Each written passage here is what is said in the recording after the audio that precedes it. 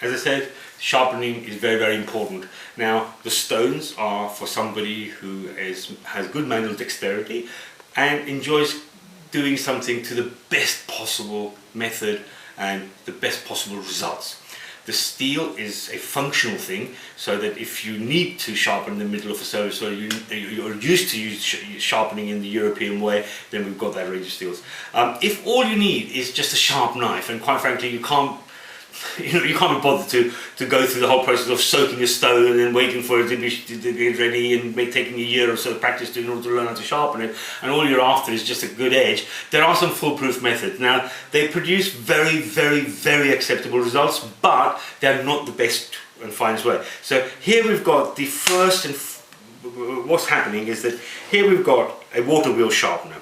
It's got two ceramic discs in it, a rough one, much like the sort of rough stone, and a fine one, much like the sort of sharpening stone.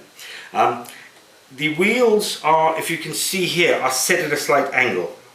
The edges of those wheels going inwards mean that if I were to run my blade along there straight, it's giving me the angle I need on each side.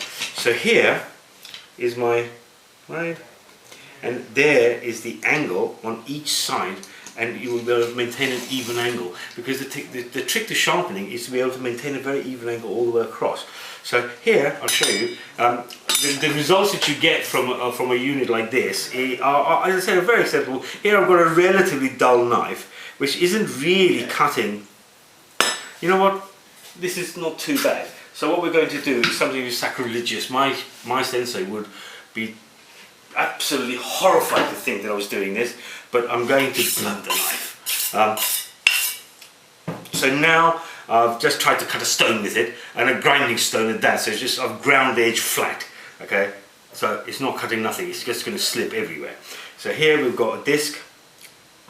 Now, when you buy a unit like this, it actually comes with the dome that kind of fits on there, which makes sure that the blade runs at the right angle all the way through. I personally don't always like using the dome, because if your hand's unsteady, the sides hit your very fine knives. You've got a really pretty knife, you get a little scratch on it. It shouldn't really bother you, but if it does, then I will take the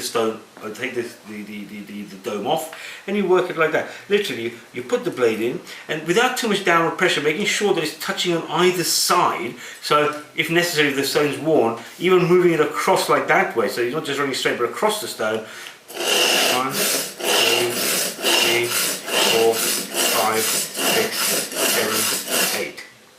Now we've got a sharp knife, and if I did it regularly, I probably wouldn't use the rough stone. If I hadn't ground that blade completely flat on a sharpening stone, I would have probably just used the pink wheel, which is much finer. You hear the difference actually when you hear this. It's much smoother sounding. And here we've got something which is really actually very, very acceptable. I've even got an edge which is going to be capable certainly of taking about 30-40 slices from that little bit of tomato there. So a good edge can be achieved with using one of these things. At JKC we don't believe in doing anything by halves, and so when it comes to the automatic wheels, we also do a series of them, and I'm just going to go through those with you very, very quickly now. So here we have our first level model, KC100, a single wheel. It's fine for most European blades, it's fine for most Japanese blades up to sort of probably 80 to 100 pounds, you know, where the steel start getting extra hard, we stay sharp for a long time, so you could use something much gentler on it. And then you could go to the M150, which is a 2-wheel sharpener. The alternative now is the third solution, which is our KC300, which is a series of 3 stones. It has the 2 stones of the M150, the white and the pink, and it also has a single-sided stone inside it, which is like that. This is a single sided sharpener for very, very traditional Japanese style blades, which are flat on one side.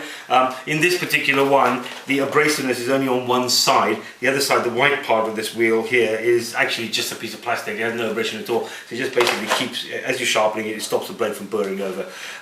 So this one, attached to these two, will be our KC300. This one is the KC110 and designed specifically for single-sided cutter blades. A very, very good option actually for somebody who doesn't know how to sharpen this kind of Kataha blades and is perhaps not experienced and could do damage to it on a stone, because these aren't sharpened this way on the flat side at all. The flat side is completely flat, which can be a little bit difficult for some people to do. Again, not wanting to do things in halves, we also do something which is kind of in between the stone, which is a perfect answer, and the wheel, which is the sort of foolproof solution, if you like. So here we've got a foolproof wheel with a stone attached to it.